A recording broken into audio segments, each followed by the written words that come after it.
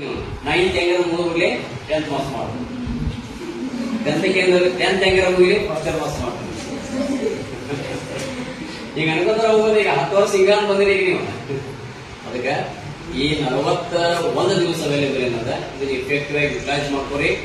ನೀವೇನು ಮಾತಾಡ್ತಿರೋದು ಸಬ್ಜೆಕ್ಟ್ ಇರಬೇಕು, ನೀವೇನ ಹೇಳ್ತಿರೋದು ಸಬ್ಜೆಕ್ಟ್ ಇರಬೇಕು, ನಿಮ್ಮ ಆಲೋಚನೆಗಳು ಸಬ್ಜೆಕ್ಟ್ ಇರಬೇಕು, ನಿಮ್ಮ ಪ್ರತಿಯೊಂದು ವಿಷಯ ಏನೇನು ಪಾಯಿಂಟ್ ಮಾತಾಡ್ತಿರೋದು ಸಬ್ಜೆಕ್ಟ್ ಇರಬೇಕು. ಅವಾಗ ಏನಾಗ್ತದೆ ಅಂದ್ರೆ ಇಲ್ಲಿ ನಾನ್ ಸಬ್ಜೆಕ್ಟ್ ಇರುವಂತಹದ್ದು ರಿಮೂವ್ ಆಗಿ ಸಬ್ಜೆಕ್ಟ್ ರೀಪ್ಲೇಸ್ ಆಗ್ತದೆ.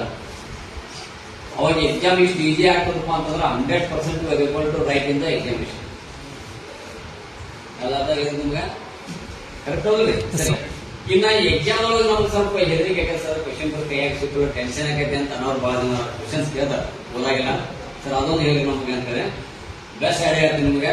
ಕೈಯಾಗ ಕ್ವಶನ್ ಸಿಗ್ತದಿಲ್ಲ, ಈಗ ಕೈಯಾಗ ಕ್ವಶನ್ ಕೊಟ್ಟಿಲ್ಲ ಕ್ವಶನ್ ಹೌದಾ, ಈ ಕ್ವಶನ್ ಪೇಪರ್ ಎಕ್ಸಾಮ್ದಾಗ ಕೈಯಾಗ ಕೊಟ್ಟರು ದಡ ದಡ ದಡ ದಡ ದಡ ದಡ ಅಂತ ಇರುತ್ತೆ.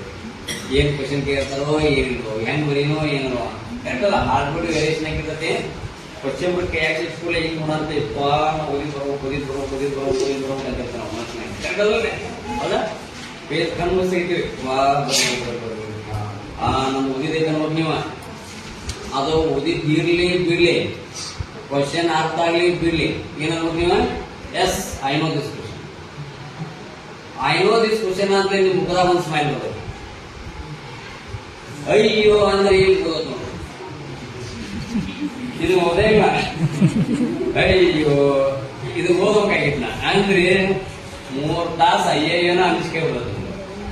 ಅದಕ್ಕೆ ಕೈಯಾಗ ಕ್ವಶನ್ ಸಿಕ್ಕುಳಿ ಇರ್ಬೇಕ, yes I know this question, I read this question, ಇದು ಓದೇನಿಲ್ಲ, ಇದು ಗೊತ್ತದ.